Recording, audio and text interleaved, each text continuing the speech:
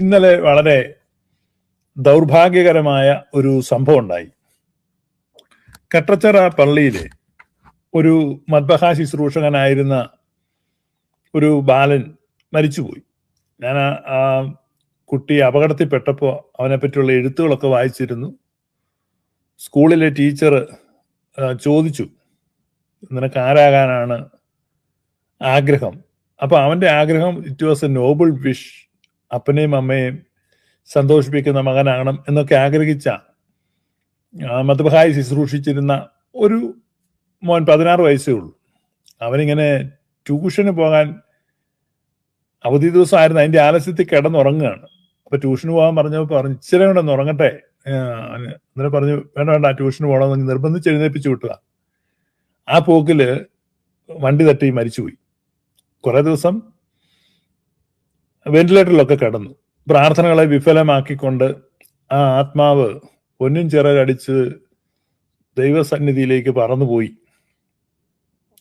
Easter കഴിഞ്ഞിട്ട് ഈ ശവസംസ്കാരമാണ്. അപ്പൊ ഇത് കുറെ ദിവസങ്ങൾ ഈ പ്രിപ്പയർ ചെയ്യാൻ കിട്ടി. ആർക്കാണ്? ഈ പരീശന്മാർക്കും മഹാപുരോഹിതന്മാർക്കും ഒക്കെ ഈ ശവം തടയാൻ. ഇപ്പൊ എത്ര ഹീനമായ മനസ്സാണ്. അപ്പൊ അവർ ഈ ശവം തടയുകയാണ്.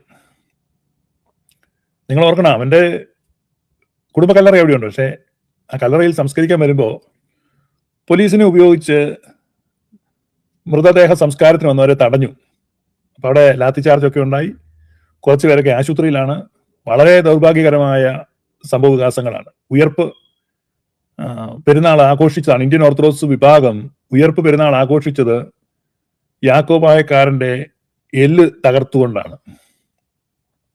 കർത്താവ് മൃത്യുവെ തകർത്തു എന്നൊക്കെ വായിക്കുമ്പോൾ ഇവര് യാക്കോബായക്കാരുടെ എല്ല് തകർത്തുകൊണ്ട് ഉയർപ്പ് പെരുന്നാൾ ആഘോഷിക്കാൻ ശ്രമിക്കുക. അവർ നിയമത്തെ കൂട്ടുപിടിക്കുകയാണ്. നിയമമാണ് ലോ.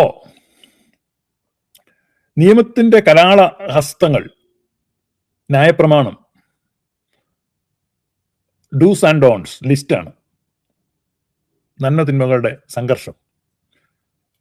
ക്രിസ്തുവിന്റെ വിജയം ന്യായപ്രമാണത്തിന്റെ മേലുള്ള വിജയമാണ്. വിസ്താരത്തിന് ശേഷം 5 കോടതിയിൽ വിസ്തരിച്ച് അവനെ വിധിച്ചു, അവനെ തൂക്കി. അവിടെ ഇമ്പീരിയൽ മുദ്ര കൊണ്ട് കല്ലറ ഉറപ്പാക്കി. അപ്പൊ ഇവൻ ഇനി ഉയർക്കരുത്. ആരാണ്? സ്വാതന്ത്ര്യത്തിന് വേണ്ടി ശബ്ദിക്കുന്ന, സമത്വത്തിന് വേണ്ടി ശബ്ദിക്കുന്ന, സ്നേഹത്തിന് വേണ്ടി ശബ്ദിക്കുന്ന, സാഹോദര്യത്തിന് വേണ്ടി ശബ്ദിക്കുന്ന ഈ യേശുവിനെ മൗനിയാക്കണം. That was their intention and that was their demand. So സമത്വം, സ്നേഹം, സന്തോഷം, സ്വാതന്ത്ര്യം, സാഹോദര്യം ഇതൊന്നും ഇവിടെ വേണ്ട. ഞങ്ങൾക്ക് മോശയുടെ ന്യായപ്രമാണമുണ്ട്, അതാണ് നടപ്പാക്കേണ്ടത്. ഗ്രേസ് ഇവിടെ ആവശ്യമില്ല. കൃപയല്ല ഞങ്ങൾക്ക് ഇവിടെ ആവശ്യം. മേഴ്സി ഞങ്ങൾക്ക് ഇവിടെ ആവശ്യമില്ല. അപ്പൊ കൃപയും കരുണയും ഒന്നുമല്ല, മാനവികതയും മനുഷ്യത്വം ഒന്നുമല്ല. ഞങ്ങൾക്ക് വേണ്ടത് നിയമത്തിന്റെ കർശനമായ നടപ്പാക്കലാണ്. Okay, we want strict enforcement of the law. 34 ഭരണഘടനയുടെ കർക്കശമായ നടപ്പാക്കലാണ് ഞങ്ങൾക്ക് ആവശ്യം. ഇതാണ് പരീശന്മാരും മഹാപുരോഹിതന്മാരും പറഞ്ഞത്, we have Moses and law. So നിനക്ക് ഇവിടെ ആവശ്യം, നിന്റെ ആവശ്യം ഇവിടെ ഇല്ല. You are a person of grace. നീ ഇവിടെ വേണ്ട നീ. അപ്പൊ അവനെ ക്രൂശിച്ചു. പക്ഷെ വിജയിച്ചു എന്ന് അവർക്ക് തന്നെ ഉള്ളിൽ ഒരു ഉറപ്പില്ല. മരിച്ചു എന്ന് ഉറപ്പാക്കി, പക്ഷേ സ്വസ്ഥതയില്ല. അതുകൊണ്ട് മരിച്ചാലും അവനെ ഭയപ്പെടുകയാണ്. മരിച്ചിട്ടും ഇവർക്ക് ഉറക്കം കിട്ടുന്നില്ല. അപ്പൊ ഇവര് ശബത്തിനെ വകവെക്കാതെ ശബത്ത് ദിവസം പിലാത്തോസിന്റെ അടുത്ത് എന്നിട്ട് പറഞ്ഞു, യജമാനെ ഇതിങ്ങനെയാണ് സംഭവം, 3-ാം നാൾ കല്ലറ ഉറപ്പാക്കാൻ കൽപ്പിക്ക എന്ന് പറഞ്ഞു. എന്ന് പറഞ്ഞാൽ ഞങ്ങൾക്ക് ഉറപ്പാക്കാനൊന്നും പറ്റത്തില്ല, കാരണം ശബത്താണ്, ഞങ്ങൾക്ക് അവിടെ പ്രവർത്തിക്കാൻ പറ്റത്തില്ല. മനസ്സിലായോ?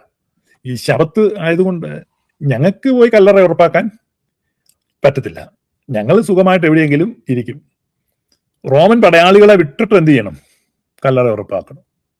ഇപ്പൊ കേരളത്തിൽ അതാ സംഭവിക്കുന്നത്. അന്തസ്സുള്ള, കൈക്കരുത്തുള്ള, ആണത്തമുള്ള ഒറ്റ IOC-കാരനില്ല അവിടെ അവന്റെ വസ്തു സംരക്ഷിക്കാൻ. അപ്പൊ അങ്ങനെയാകുമ്പോ ആ പള്ളി അടയ്ക്കാനും ആരുടെ ഇവിടെ കയറരുത് ഞങ്ങളുടെയാണ് എന്ന് പറയാൻ നേരെ നിന്ന് യാക്കോബക്കാരന്റെ മുഖത്ത് നോക്കി ഈ സെമിത്തേരി പള്ളി ഞങ്ങളുടേതാണ്, ഞങ്ങളുടെ ചുമതലയിലുള്ളതാണെന്ന് പറയാൻ അവിടെ ഒന്നും ആരുമില്ല. കാരണം അവിടെയൊന്നും ആരുമില്ല. അപ്പൊ റോമൻ പടയാളികളെ ഇറക്കുകയാണ്. അതുപോലെ കേരള പോലീസിനെ ഇറക്കുകയാണ്. കേരള പോലീസാണ് അവിടെ വരുന്നത്. അപ്പൊ കാലം മാറി, കളർ മാറി, പക്ഷേ സംഭവം സെയിം ആണ്. കല്ലറ ഉറപ്പാക്കാൻ വേണ്ടി കല്ലറ വേറെ ആരും പ്രവേശിക്കരുത്, അത് പ്രശ്നം. കല്ലറയുടെ ഭാഗത്തോട്ട് ആരും വരരുത്, ഉറപ്പാക്കണം. ഇതെല്ലാം ഈസ്റ്ററിന് തന്നെ സംഭവിച്ചു എന്നുള്ളതാണ് എന്താ അതിന് പറയുന്നത്, കോയിൻസിഡൻസ് എന്ന് വേണേൽ പറയാം. പീലാത്തോസ് അവരോട് കാവൽക്കൂട്ടത്തെ തരാം, പോയി നിങ്ങളാലാകുന്നിടത്തോളം ഉറപ്പ് വരുത്തുവീൻ എന്ന് പറഞ്ഞു. Do at your maximum. ഇതാണ് ഇന്ത്യൻ ഓർത്തഡോക്സുകാരോട് പറയുന്നത്. പോലീസിനെ തരാം, നിങ്ങൾ എന്താന്ന് വെച്ചാൽ ചെയ്യും, മാക്സിമം ചെയ്യും. പോലീസിനെ തരാം. അധികാരികൾ പറയാണ് പോലീസിനെ വിട്ടുതരാം, നിങ്ങൾ മാക്സിമം ഉറപ്പാക്കിക്കൂ. അപ്പൊ പോലീസിനെ ഉപയോഗിച്ച്, റോമൻ പടയാളികളെ ഉപയോഗിച്ച് കല്ലറയെ ഉപരോധിക്കുകയും ഉറപ്പുവരുത്തുകയും ചെയ്യുന്ന, പരമാവധി ഉറപ്പുവരുത്തി, അങ്ങനെ നിയമപാലകരെ ഉപയോഗിച്ച്, പടയാളികളെ ഉപയോഗിച്ച് ഉറപ്പുവരുത്തിയ ആ ഉറപ്പുകളെ കാറ്റിൽ പറത്തിക്കളഞ്ഞ ദിവസമാണ് ഈസ്റ്റർ. ഇത് ഇന്ത്യൻ ഓർത്തഡോക്സുകാർ മനസ്സിലാക്കണം. ഉയിർപ്പിന്റെ വ്യാപാര ശക്തി, പവർ ഓഫ് റിസറക്ഷൻ, അതാണ് സത്യവിശ്വാസികളുടെ മേൽ പ്രവർത്തിക്കുന്നത്. നിങ്ങൾ ഇരുട്ടിന്റെ ശക്തികളാണ്, അന്ധകാര പ്രവൃത്തികളാണ്. ദുഃഖവെള്ളിയാഴ്ച നമസ്കാരമൊക്കെ നിങ്ങൾ നീട്ടിച്ചൊല്ലി. എല്ലാം സുറിയാനി പിതാക്കന്മാരുടെ പ്രാർത്ഥനകളെ നിങ്ങൾ മോഷ്ടിച്ച് അപഹരിച്ച് ആലപിക്കുകയായിരുന്നു. ലോക ചരിത്രത്തില് വേറൊരു സഭയുമില്ല പ്രാർത്ഥനകളെ അപഹരിച്ച് ആലപിക്കുന്നത്. അപ്പൊ അപഹരിച്ച് ആലപിച്ച് അവർ ഈ പരിപാടിയൊക്കെ നടത്തിയിട്ട് പിറ്റേ ദിവസം എന്ത് ചെയ്തു? നരകത്തിന്റെ വക്താക്കളായി, ഇരുട്ടിന്റെ പ്രവർത്തകരായി, ഇരുളിന്റെ പ്രവൃത്തി ചെയ്യുകയാണ്. എന്തിനാണ് ആ മോന്റെ ശവം അടക്കുന്നതിനെ തടഞ്ഞത്? അതിനകത്ത് എന്ത് ന്യായീകരണമാണുള്ളത്? എന്ത് നീതീകരണമാണുള്ളത്? എന്ത് ജസ്റ്റിഫിക്കേഷൻ ആണുള്ളത്? ഒന്നുമില്ല. അവന്റെ കല്ലറയിൽ കൊണ്ട് ആ ബോഡി ഇറക്കി കഴിഞ്ഞാൽ 2 മാസം കഴിയുമ്പോൾ അവിടെ ഒന്നും കാണത്തില്ല, എല്ലാം ദ്രവിച്ചു പോകും, പ്രകൃതിയോട് വിലയം പ്രാപിക്കും.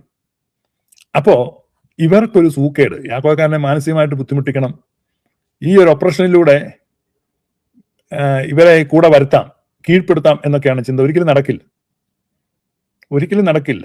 ഇന്ത്യൻ ഓർത്തഡോക്സുകാർ എത്ര ശ്രമിച്ചാലും, കാരണം നിങ്ങൾക്ക് പൗരോഹിത്യമില്ല, കൈവപ്പില്ല, പ്രോപ്പറായിട്ടുള്ള കൈവപ്പില്ല, അപ്പോസ്തോലിക പിന്തുടർച്ചയില്ല. അങ്ങനെ ഒരു സഭയിൽ വന്ന് നിൽക്കാൻ ഇവരെ കിട്ടില്ല. ഇതാണ് പ്രശ്നം. നിങ്ങളോട് ആരോടുള്ള വ്യക്തിപരമായ ഒരു വിരോധവുമല്ല. എന്റെ വ്യക്തിപരമായ അഭിപ്രായത്തിലും എന്റെ കഴിഞ്ഞ കാലത്തെ അനുഭവത്തിലും Indian Orthodox people are far better than Jacobite people. They are so nice. ഇത് ഞാൻ പേഴ്സണൽ ടെസ്റ്റിമണി പറയുന്നുണ്ട്. They are nice people. നല്ലതാണ്, സംസാരിക്കാനും ഇടപെടാനും ഒക്കെ നല്ല ആളുകളാണ്. യാക്കോബക്കാർ ഭൂരിഭാഗം മോശടന്മാരാണ്, അല്ലെ മൊരടന്മാരാണ്.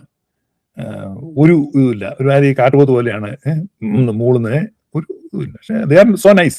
പക്ഷെ എന്താ പ്രശ്നം? നിങ്ങൾക്ക് പൗരോഹിത്യം ഇല്ല.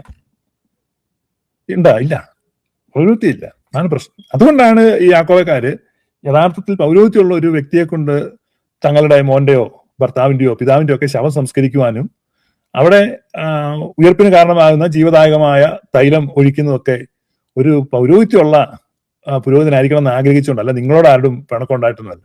ഓർത്തഡോക്സ്, ഇന്ത്യൻ ഓർത്തഡോക്സിലെ വൈദികരൊക്കെ മനസ്സിലാക്കണം, നിങ്ങളൊക്കെ സൗന്ദര്യമുള്ളവരും വിദ്യാഭ്യാസമുള്ളവരും ഉടയാത്ത ഉടുപ്പിടുന്നവരും കൃത്യമായി ചൊല്ലുന്നവരും നല്ല ഈണമുള്ളവരും നല്ല താളമുള്ളവരും ഒക്കെയാണ്. നിങ്ങളോട് ആരും ഞങ്ങൾക്ക് ആർക്കും ഒരു വിരോധവും ഇല്ല, വിയോജിപ്പും ഇല്ല. എനിക്കാണ് ഒട്ടുമില്ല. എനിക്ക് വലിയ ഇഷ്ടമാണ് ഓർത്തഡോക്സിലെ അച്ഛന്മാർ. പക്ഷെ നിങ്ങൾക്ക് പൗരോഹിത്യം, ഇതാണ് പ്രശ്നം. നിങ്ങൾ അതൊന്ന് കറക്റ്റ് ആക്കി കഴിഞ്ഞാൽ ഈ സഭയിലെ പ്രശ്നം തീരും. നിങ്ങൾക്ക് പൗരോഹിത്യം ഇല്ല, അതാണ് unfortunately. You are just imitators and impostors. നിങ്ങൾ അനുകരിക്കുന്നു എന്നേ ഉള്ളൂ, ആ പ്രാർത്ഥന അതേപടി ചൊല്ലുന്നു. അതുകൊണ്ട് അർത്ഥമില്ല. അതാണ് ഈ പ്രശ്നം. കട്ടച്ചറ കണ്ട സംഘർഷം പൊതുസമൂഹം മനസ്സിലാക്കണം. എന്തുകൊണ്ടാണ് ആ സംഘർഷം ഉണ്ടായത്? ആ സംഘർഷം ഉണ്ടായതിന്റെ കാരണം പൗരോഹിത്യം. ഇന്ത്യൻ ഓർത്തഡോക്സിലെ അച്ഛനോട് അവിടെ അടക്കാൻ പറഞ്ഞ ഒരു പ്രശ്നമില്ല, തടസ്സമില്ല, പുള്ളി വന്ന് നടക്കും. പക്ഷെ അത് ഇവർക്ക് പറ്റുമോ?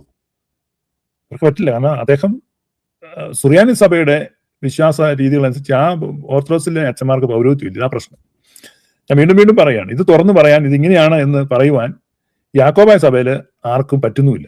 യാക്കോബായ സഭയിലെ ഏതെങ്കിലും മെത്രാച്ചൻ പറയുമോ? യാക്കോബായ സഭയിലെ ബാബാ തിരുമേനി പറയുമോ ഇന്ത്യൻ ഓർത്തഡോക്സ് പൗരോഹിത്യത്തിൽ? പറയില്ല.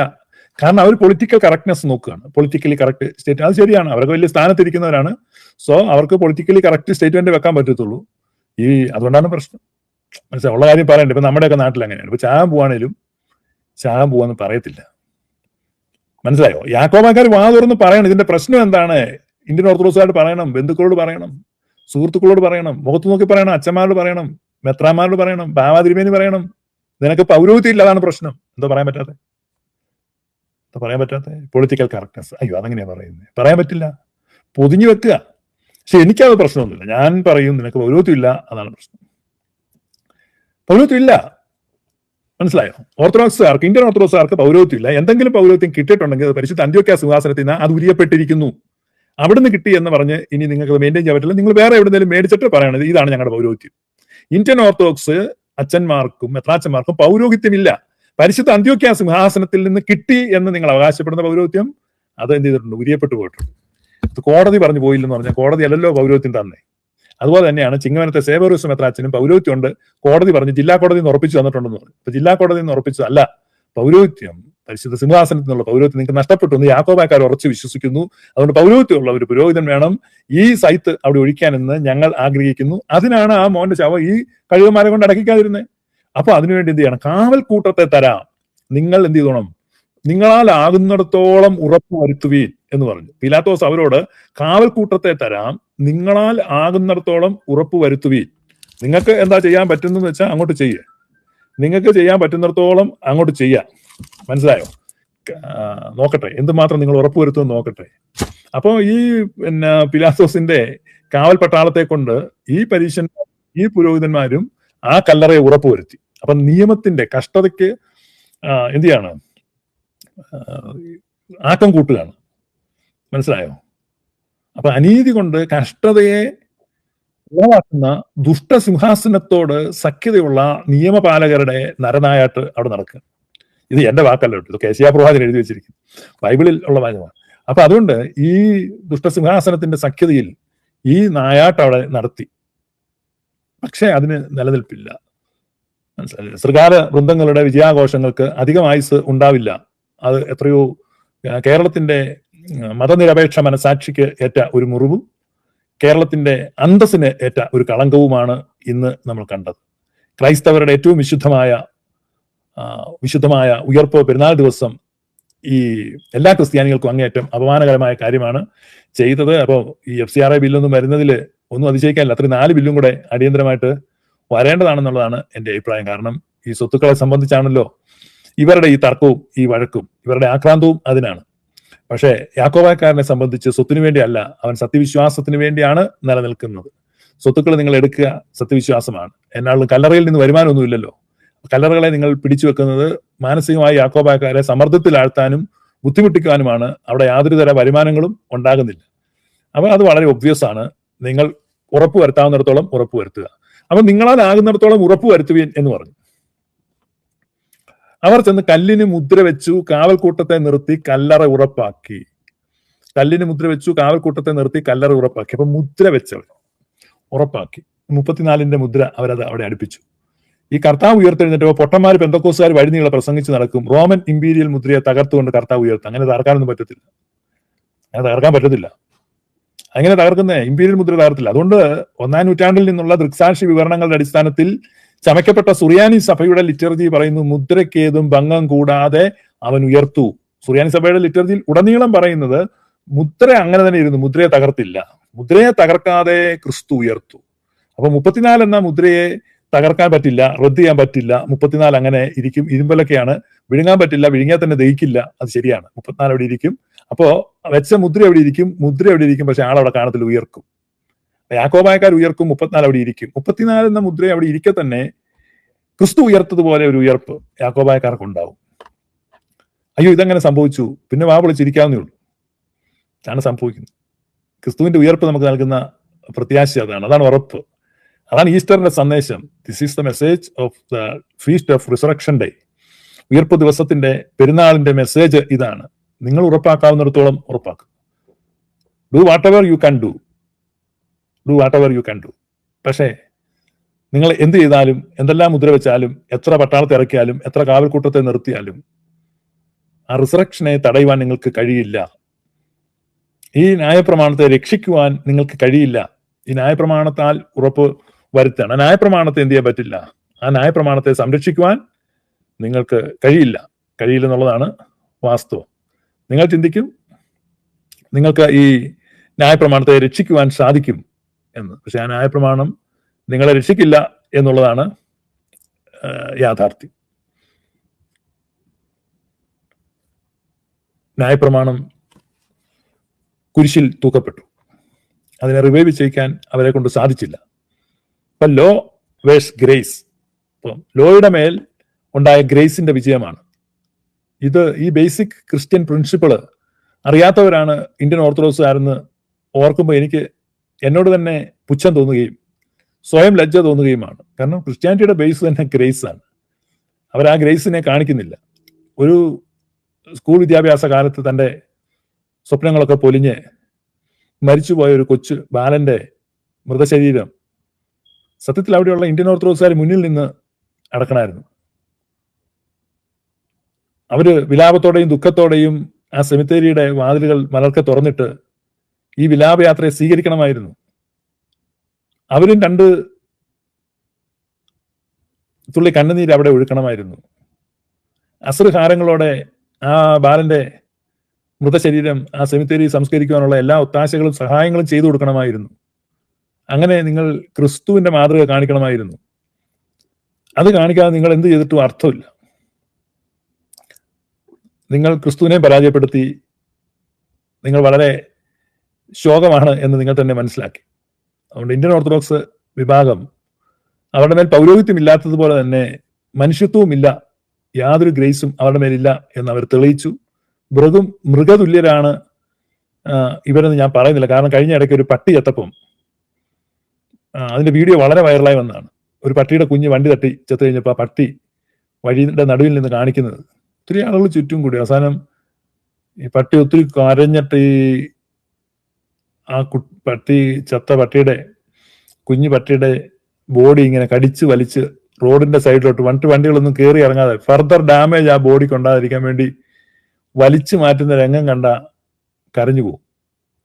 കാരണം ആ പട്ടിയുടെ കുച്ച് വണ്ടി തട്ടി ചത്തു ഈ പട്ടിക്കുട്ടി. പക്ഷെ ആ പട്ടിക്കുട്ടിയുടെ ബോഡിയോട് ഈ പട്ടി കാണിക്കുന്ന ഒരു ആദരവ് ഹൃദയം തകർന്നു പോകുന്നതാണ്. ഇന്ത്യൻ ഓർത്തഡോക്സുകാർ ആ വീഡിയോ കാണും. പ്രത്യേകിച്ച് മത്തായി, പരിശുദ്ധ മാർത്തോമ ബസേലിയസ്, പരിശുദ്ധ ബസേലിയസ് മാർത്തോമ മാത്യൂസ് തൃതീയൻ, കാതോലിക്ക ബാബ, ഈ പത്രോസിന്റെ പടക്കുതിരയൊക്കെ ലാടൻ മത്തായി എന്നൊക്കെ വിളിക്കുന്ന ആ ബഹുമാന്യ ദേഹം ആ പട്ടിയുടെ വീഡിയോ കാണണം. പ്രാർത്ഥിക്കണം, കർത്താവ് ഈ പട്ടിയുടെ വിവേകമെങ്കിലും എനിക്ക് തരണമേ എന്ന്. ഒരു പട്ടിയെപ്പോലെ, ആ പട്ടിയെപ്പോലെയെങ്കിലും ഒരു വിവരം ഇന്ത്യൻ ഓർത്തഡോക്സ് വിഭാഗത്തിലെ മെത്രാൻ വേഷധാരികൾക്കും കുപ്പായധാരികൾക്കും ഒക്കെ കൊടുക്കണമേ എന്ന് ഞാൻ പ്രാർത്ഥിക്കുന്നു. പ്രത്യേകിച്ച് കട്ടച്ചിറ പള്ളി മെത്രാൻ കക്ഷിക്കാരൊന്നുമില്ല. കറ്റാനം പള്ളിയിലെ മെത്രാൻ കക്ഷിക്കാർക്ക് സമീപ പള്ളിയാണല്ലോ. ഇപ്പൊ കറ്റാനം പള്ളിയിലും ഒക്കെയുള്ള മെത്രാൻ കക്ഷിക്കാർക്ക് ആ പട്ടിയുടെ വിവേകമെങ്കിലും കിട്ടണമെന്ന് ഈസ്റ്റർ ദിവസം തമ്പുരാനോട് മുട്ടിപ്പായി പ്രാർത്ഥിക്കുന്നു. ഈ ലൈവ് കണ്ടുകൊണ്ടിരിക്കുന്ന എല്ലാവരും പ്രാർത്ഥിക്കുക, കർത്താവേ ഈ ഇന്ത്യൻ ഓർത്തഡോക്സുകാർക്ക് ആ വീഡിയോ കണ്ട പട്ടിയുടെ വിവരയിലും കൊടുക്കണമേ എന്ന് പ്രാർത്ഥിച്ചുകൊണ്ട് ഞാൻ എൻ്റെ വാക്കുകളെ ചുരുക്കുന്നു. ദൈവമായ കർത്താവ് നിങ്ങളെ അനുഗ്രഹിക്കട്ടെ. കാവൽക്കൂട്ടത്തെ എത്ര മാത്രം ഉപയോഗിച്ച് എത്രയെല്ലാം ശക്തിയോടെ ഉറപ്പുവരുത്തിയാലും ഏതെല്ലാം മുദ്ര വെച്ചാലും മുദ്രയൊക്കെ എവിടെ ഇരിക്കും, ഉയർപ്പ് സംഭവിക്കുക തന്നെ ചെയ്യും. May God bless you.